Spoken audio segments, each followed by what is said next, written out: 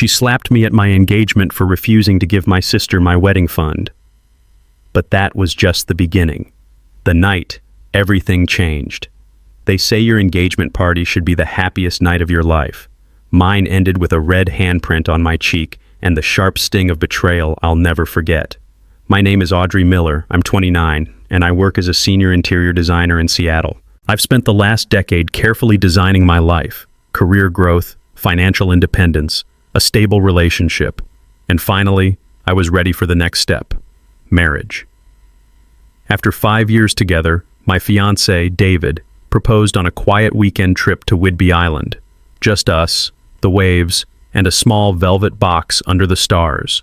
No over-the-top production, no flash mobs or hidden photographers, just real, just us. We returned home glowing and decided to throw a small engagement dinner to celebrate with our closest friends and family.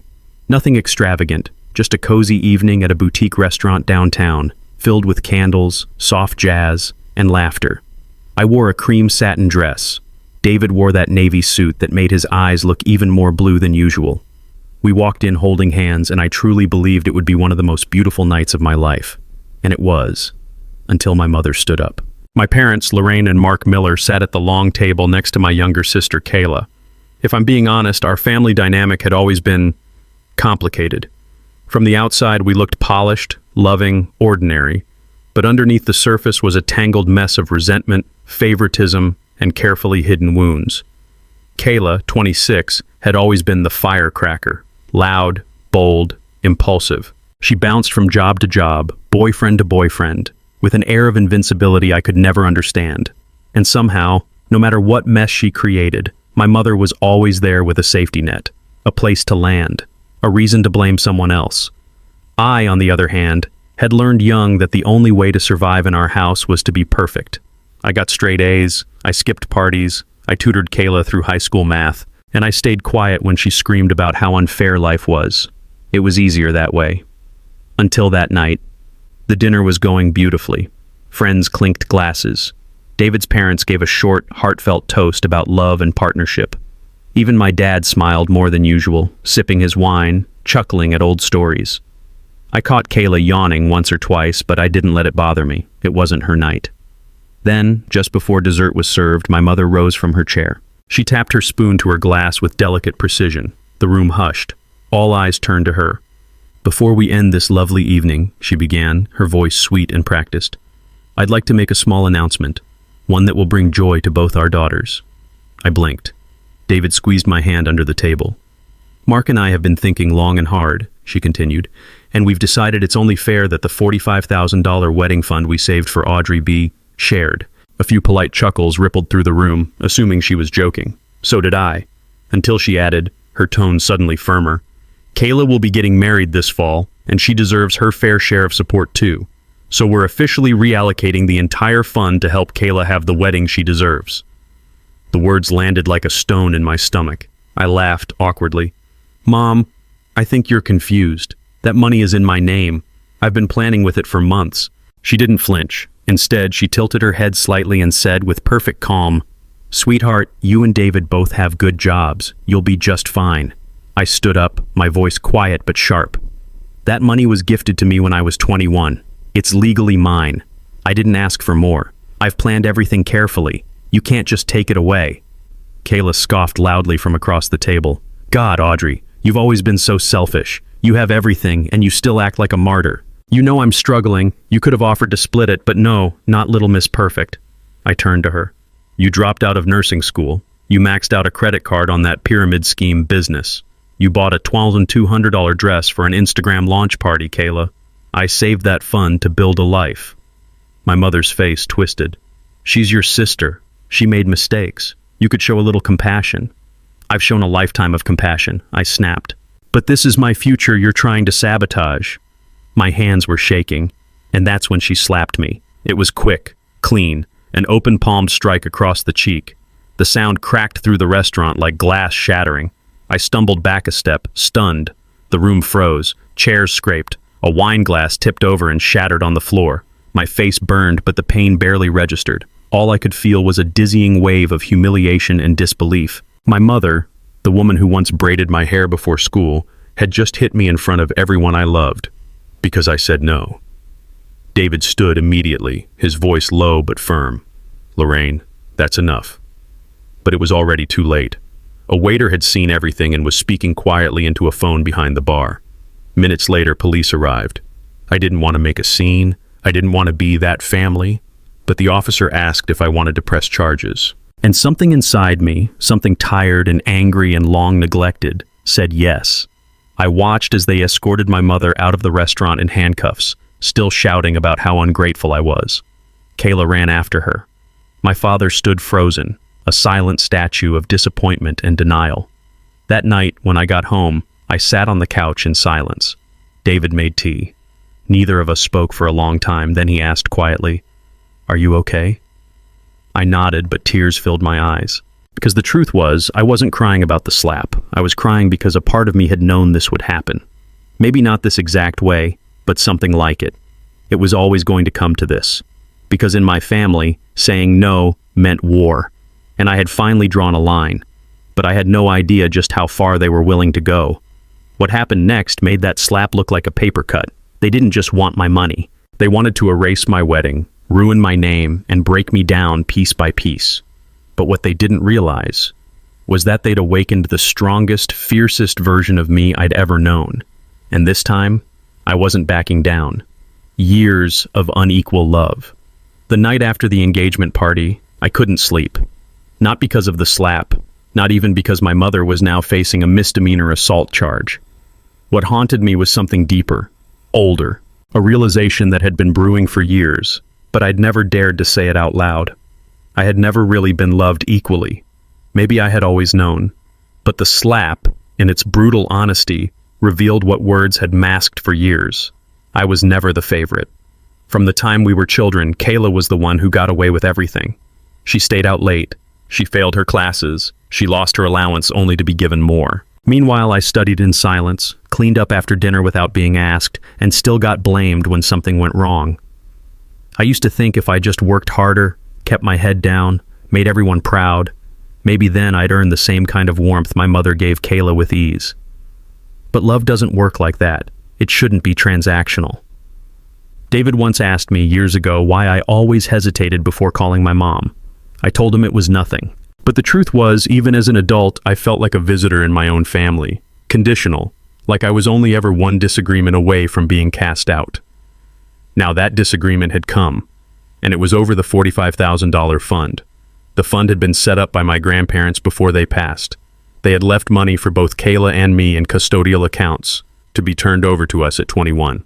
My grandmother had insisted it be used to start our adult lives, college, home, marriage, whatever we saw fit. When I turned 21, I had a small ceremony with my parents.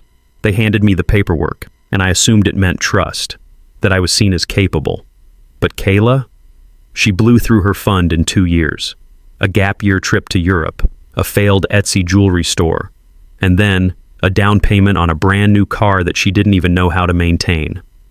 No one stopped her. My mother simply said, "She's figuring things out, let her live."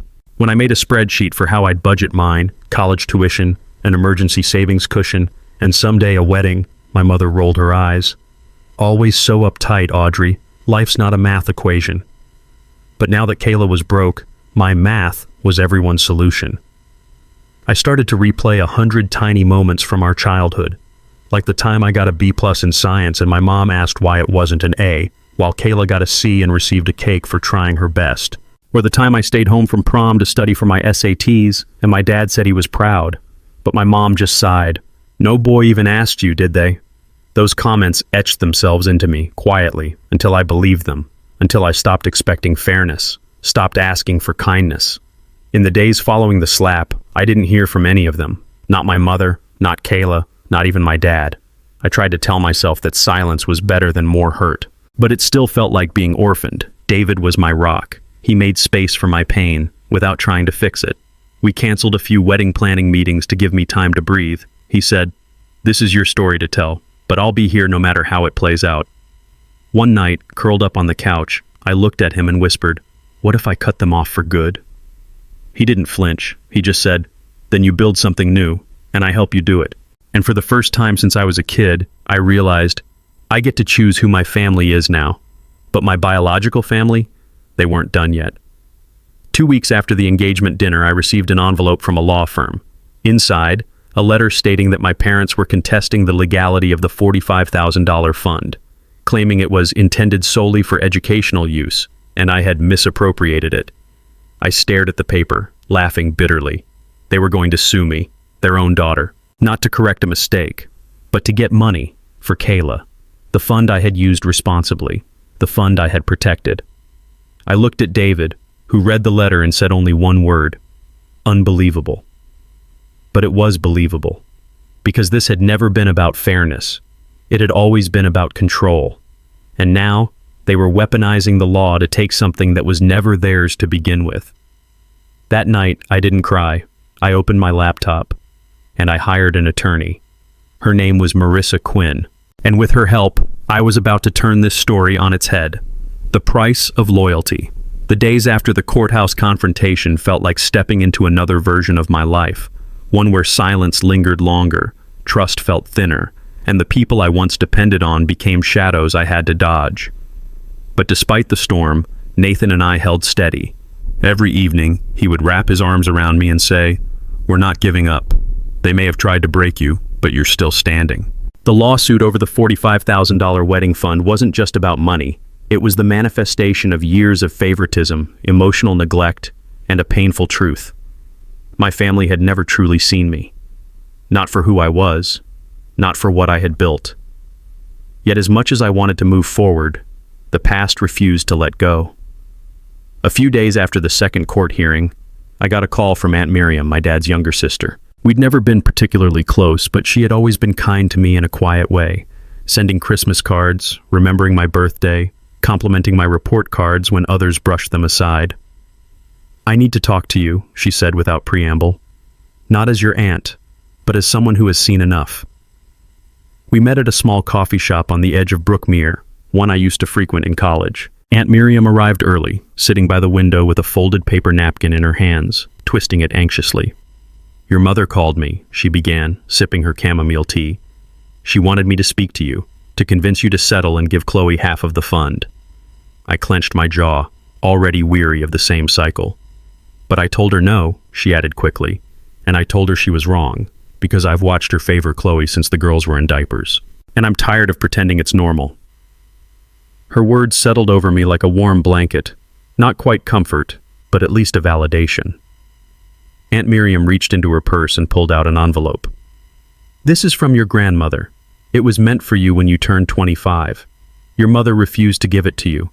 I found it when I was helping her pack some boxes in the attic." I opened it slowly, my hands trembling. Inside was a letter, written in familiar, delicate script. "My sweet Emily, if you're reading this, it means you're probably stronger than most people know. You always had a quiet fire in you. I saw it the first time you stood up for Chloe when she broke the neighbor's window and you took the blame. You were 8. I don't know what life will give you, but I hope you always remember that being fair isn't the same as being equal. You deserve good things, and you shouldn't have to apologize for earning them. Love always, Grandma Eloise." Tears welled up in my eyes. That one memory, the broken window, the punishment, the silence from my parents, I'd buried it so deep I thought it was lost. But she had seen it. She had remembered. "Your grandma wanted you to have that letter because she knew the dynamic wasn't fair," Aunt Miriam said. "And honestly, Emily, I think she'd be proud of you now." That moment became a turning point. It was no longer just about the wedding fund. It was about reclaiming a part of me that had been hidden, diminished, and pushed aside.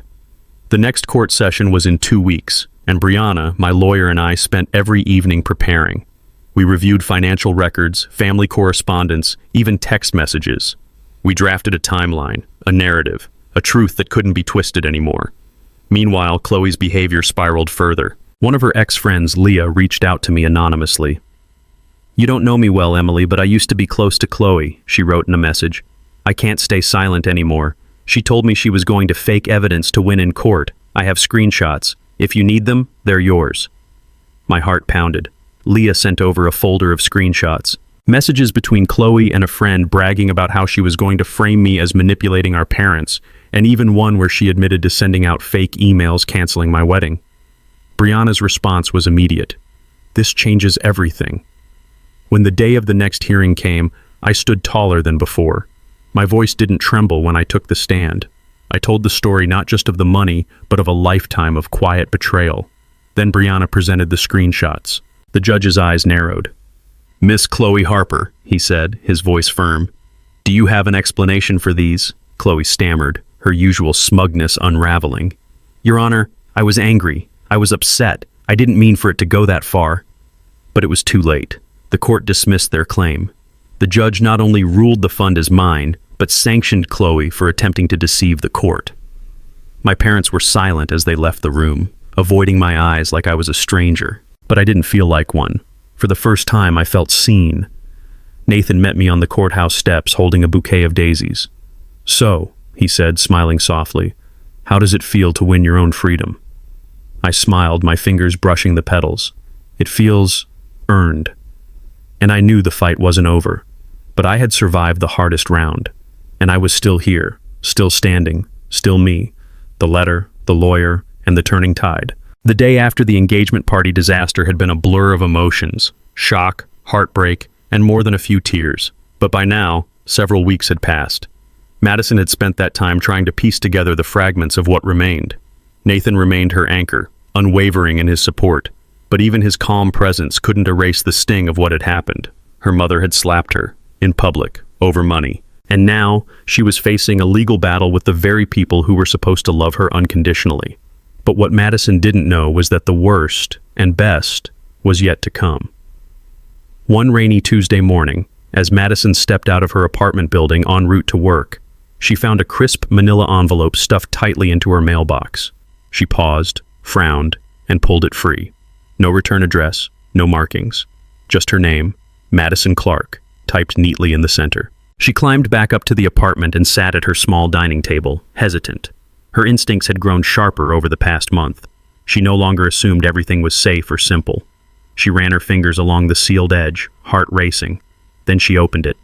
Inside was a typed letter and several documents. The first page began, "To Madison, there are things you need to know." Her eyes scanned down the page quickly. As she read, her breath caught. The letter was anonymous, but the information was explosive. It alleged that Chloe had not only lied about being broke, but had actually funneled her failed boutique's final operating funds into a cryptocurrency investment that had turned a surprising profit, over $60,000. And yet, despite this windfall, she had cried poverty and asked for Madison's wedding fund. There were screenshots of crypto wallet addresses, digital transactions, and even a group chat where Chloe bragged about fooling mom and dad again. Madison's fingers trembled as she read the messages. Her sister had manipulated the family to get what she wanted, again. The letter ended with, "You don't owe them your silence, or your money. Do what's right." No signature, just that. Madison didn't know who sent the letter. Maybe an old friend, an ex-employee, or someone from Chloe's inner circle who finally grew a conscience. But it didn't matter. She had proof now, solid, undeniable evidence. She met with her lawyer, Brianna, that afternoon. The moment Brianna saw the contents of the envelope, her eyebrows shot up. "This changes everything," Brianna said, eyes gleaming with focus. "You've got them. Now we can counterclaim malicious intent, manipulation, and possible fraud. This isn't just a defense anymore. This is a reckoning." Madison felt a strange emotion rise in her chest. Relief, yes, but also vindication. For the first time, she felt like she wasn't just defending herself. She was fighting back. The next court date approached faster than she expected. The courtroom buzzed with low murmurs as people filtered in. Family members, friends, strangers drawn in by the public nature of the slap and lawsuit. Madison sat quietly beside Brianna, the manila envelope tucked neatly in her briefcase. Across the aisle sat Erica, Owen, and Chloe, all looking self-assured and smug. The judge entered. Everyone rose. And then it began. Brianna stood. "Your Honor, we request permission to submit new evidence relevant to the plaintiff's credibility and the nature of this suit." Permission granted. One by one, the documents from the anonymous envelope were laid out. Digital transaction records, group chat screenshots, a printout of Chloe's cryptocurrency wallet. The courtroom shifted. Chloe's lawyer stammered, objected, tried to dismiss it all as irrelevant. But it was too late. The judge was already reading. Chloe's face had gone white. When asked to respond, Chloe flailed. "It was temporary. I didn't keep the money. I lost it later. This has nothing to do with the wedding fund. But it was too late. The judge ordered a financial audit. The case was postponed, and the tide had turned. After the hearing, Erica tried to approach Madison outside the courthouse. "You humiliated your sister," she snapped. "Is this really what you wanted?" Madison didn't flinch. "No, Mom. What I wanted was peace. What I wanted was respect. What I wanted was my own life. But none of you could give me that." Erica scoffed. "Family should forgive." "Then start with yourselves," Madison said, and she walked away. That night, she and Nathan sat on their small balcony, watching the city lights flicker. "Are you okay?" he asked. Madison looked at him, her eyes tired but clear. "I don't know what's going to happen next, but for the first time, I'm not afraid." He kissed her temple. "Then we're already winning." In the distance, thunder rumbled, but Madison didn't flinch. She was ready for whatever storm came next. When the truth crashes the party. I always thought courtroom silence was a dramatic invention of movies. But that day, as I sat in the stiff wooden chair, I realized silence in real life could feel louder than any words. The judge had called for a recess after the morning's explosive testimony. My heart was still thudding from the shock of seeing Chloe break down on the stand. What started as a custody battle over a wedding fund had unraveled into a full-blown family reckoning. The documents Brianna had submitted, my lawyer, had done more than undermine Chloe's statements. They'd laid bare years of favoritism, neglect, and manipulation. But no one was prepared for what came next. When we returned from the recess, the courtroom buzzed with barely contained whispers. And then, as we sat down again, a new face walked through the double doors, mid-50s, smart navy blazer, silver-streaked hair pulled into a bun. She walked with purpose. Her name was Margaret Fields, an independent financial auditor. She had subpoenaed records from my parents' financial accounts after Brianna's team discovered inconsistencies in Chloe's prior college and business spending. What she revealed next stunned even me. Margaret took the stand with calm professionalism and a folder filled with spreadsheets and bank statements. She flipped to a specific page and began. In the span of 3 years, over $22,000 was transferred from Madison Taylor's custodial account into accounts under the name of Chloe Taylor. Gasps rippled through the courtroom. My mother's face turned ghostly white. My father, seated beside her, clenched his jaw so tight I thought it might crack. "But how?" I whispered to Brianna. "They had access until you turned 19, she murmured back. "They moved money around before full control passed to you. And Chloe had access too." The betrayal cut deeper than I could have imagined. It wasn't just about what they tried to take from me. It was what they'd already stolen, quietly, behind my back. Margaret continued, pointing out that the money was used not just for tuition and business costs, but for luxury travel, high-end spa treatments, and even a private stylist. "She claimed poverty," I muttered under my breath. "While living like a celebrity," Brianna stood up. "Your Honor, with this new evidence, we intend to file for restitution and damages. This was not just an emotional betrayal, but financial fraud against my client." The judge agreed to review the motion, setting a date 2 weeks ahead. Outside the courtroom, reporters had gathered. The story was making waves. Daughter sues family over stolen wedding fund, finds financial fraud and betrayal underneath. Nathan wrapped an arm around me protectively as cameras clicked. I wasn't used to attention like this, but I wasn't backing down. Not now. That night, we returned to our apartment and found a single white envelope slipped under the door. No name, no stamp, just one word in slanted cursive: "Sorry." Inside was a short note. The handwriting was unmistakably my father's. "Madison, I never had the strength to stand up to your mother. I watched her prioritize Chloe time and again, and I let it happen.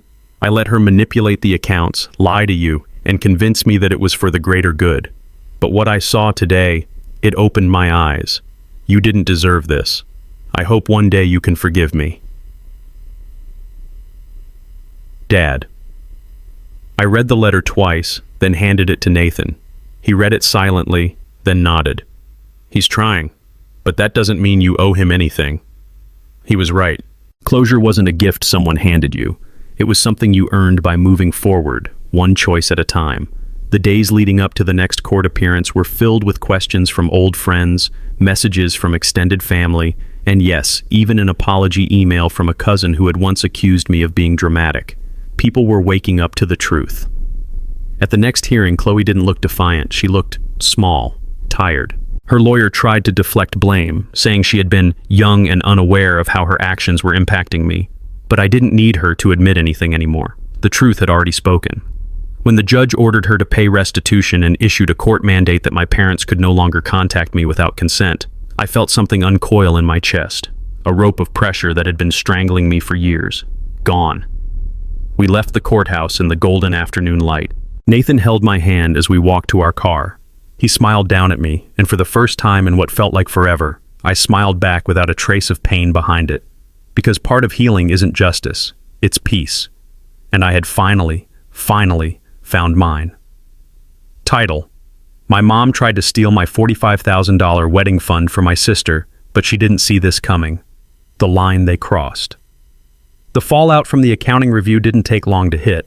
Less than 48 hours after Margaret had emailed me the final report confirming the money trail, the missing transactions, the wire transfers to a boutique rental service in Chloe's name, the overdrawn balance on the Harper Family Savings Trust, I got a call. Not from my mother, or Chloe, or even my father. This time, it was from a number I didn't recognize, but with a city code from New Haven, Connecticut. "Hello?" I answered cautiously, pressing the phone to my ear as I stood in the kitchenette of our apartment, where Nathan was quietly making lunch. "Miss Sydney Harper? This is Gregory Wynn. I'm a legal correspondent with the East Ridge Herald. I'm following up on a tip regarding a civil suit between you and your parents. Do you have a moment to talk?" The world slowed. My breath caught. "I'm sorry, how did you get my number?" "Public court filings. Your case against Erica and Owen Harper is part of the county record. We routinely review filings for public interest stories, and frankly, this one stands out. It's not every day a woman sues her own parents over a six-figure fund and then uncovers misappropriation involving her sibling." I didn't respond immediately. The irony of it all twisted in my stomach. Gregory continued, gentle but persistent. "I assure you, we are interested in telling the story truthfully. You wouldn't be the first person who had to take legal action against a family member, and if you'd prefer not to comment, we understand." I hung up. Not out of rudeness, but because my heart was hammering and I needed a moment to think. The story was public, not just to a courtroom of disinterested legal aides and the occasional gossiping aunt. No, this was real. A potential headline, a feature piece. Bride sued by parents over wedding fund. Or worse, daughter refuses to help struggling sister, sparks family feud. Nathan turned, concern etching his face. "You okay?" I shook my head. "Reporters are calling now." He set the plate down and crossed the room in 2 strides. "It's only going to get messier. You knew that. But we're still in this together." I nodded, letting him pull me into a hug. For a second it was quiet. Then I whispered, "What if they make me look like the villain?" Then we tell the truth. And we keep receipts. 3 days later, the first article ran online. Gregory had clearly done his homework. The headline was factual, if dramatic. "Brookmere designer battles parents over misused wedding fund." The article detailed the initial fund, the supposed college savings account, the slap at the engagement party, the civil lawsuit, and, in a twist, the internal audit Margaret had conducted. Gregory didn't speculate. He laid it out plainly. And then he quoted me. "I'm not fighting for revenge," Harper said in a written statement. "I'm standing up for my boundaries. For every daughter who was told to sacrifice her future for a sibling who squandered theirs." The response was overwhelming. Within hours, my inbox was flooded with messages. Some were cruel, accusing me of being selfish or vindictive. But most were from women. Dozens, then hundreds. A 34-year-old in Seattle who said her parents took her college fund to pay for her brother's 3rd rehab stint. A woman in Georgia whose father drained her savings to finance her older sister's failed modeling career. A woman from Texas who said simply, "You are my voice. I thought I was the only one." Even Nathan was stunned. "You're not just telling your story anymore," he said. "You're telling theirs." But Chloe wasn't done. One afternoon, a week after the article went viral, a neighbor buzzed our intercom. "There's a delivery here for Sydney Harper. Looks odd."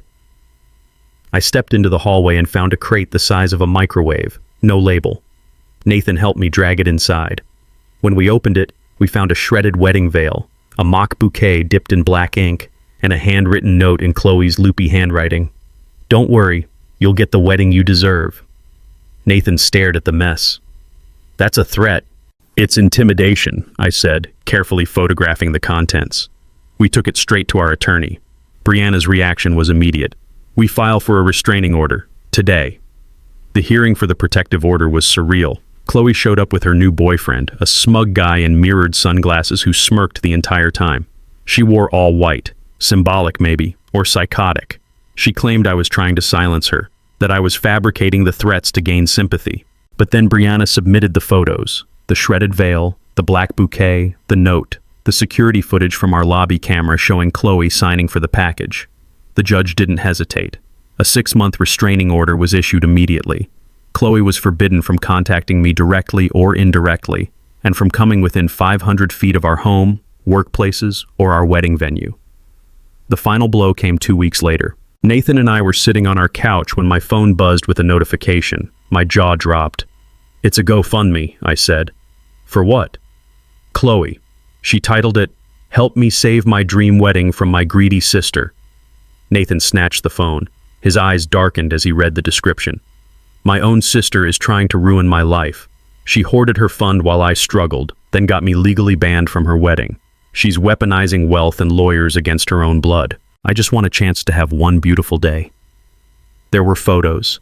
Photoshopped images of Chloe in a torn wedding dress, a picture of her crying at what looked like a courthouse, and a story that painted her as the victim of a cruel, calculating sister.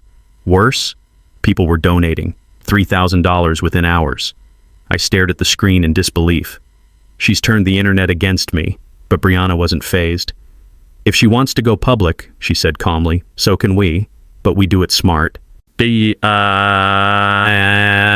Within days, Brianna helped us craft our own statement. Not a GoFundMe, a letter, published on a website called Sisters and Boundaries, which we launched that same weekend. We shared the full story, the slap, the lawsuit, the threats, the restraining order, and we shared copies of the court documents. We didn't ask for money, we asked for understanding. And we got it. The letter went viral, bigger than Gregory's article. It was shared on Reddit, Twitter, Facebook parenting groups, women's advocacy forums. By the end of the week, #StandWithSydney was trending. Chloe's GoFundMe, taken down for violating terms of service related to misinformation. I sat in stunned silence, watching as the narrative flipped. Nathan knelt beside me. "You did this. You held the line. And now the world knows." But nothing compared to the final message. A quiet email. No subject line. It read, "Sydney, I'm sorry. I should have stopped this a long time ago. I see that now, Dad." Just 3 sentences, no promises, no explanations. But it was the first time I cried in weeks. Not because I forgave him, not yet, but because he'd finally seen me. The line in the sand. 3 weeks had passed since the viral storm broke. Sydney was still adjusting to the surreal shift in her life. Overnight, she'd gone from being a victim of family betrayal to a symbol of personal boundaries. Her inbox overflowed with messages from strangers who had watched her story unfold online, people thanking her for speaking up, for standing her ground, for showing that even blood ties don't justify abuse. But with the spotlight came new shadows. Chloe had remained disturbingly silent, at least publicly. The GoFundMe she had started under the pretense of being a disowned daughter abandoned by a jealous sibling had amassed nearly $12,000 in less than a week. The emotional manipulation was clear to anyone who knew the truth, but strangers didn't. The campaign description painted Sydney as a cruel, controlling sister who had cut off her family over money. Sydney's legal team flagged it for fraud, and after multiple reports and a few strategic calls, the campaign was taken down. Still, screenshots had been circulated, and the damage lingered. One Thursday morning, as Sydney sat in her sun-drenched kitchen sipping coffee, she received an unexpected call from her Uncle Brian. "I think you should know," he said carefully. "Your parents are planning to file a restraining order." Sydney nearly dropped her mug. "What? Against me? For what?" "They're claiming you're harassing Chloe online, that you're behind the hate messages she's been receiving." Sydney's voice cracked. "I haven't contacted her in months. I haven't even mentioned her name online." "I know that," Brian said softly.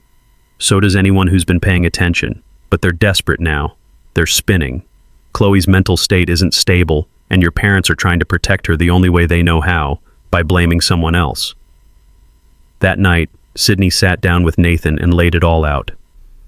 This isn't just about the money anymore. They're trying to rewrite the whole narrative. Make me the villain so they don't have to face the truth about themselves. Nathan took her hand. You've already won in every way that matters. But you have to decide.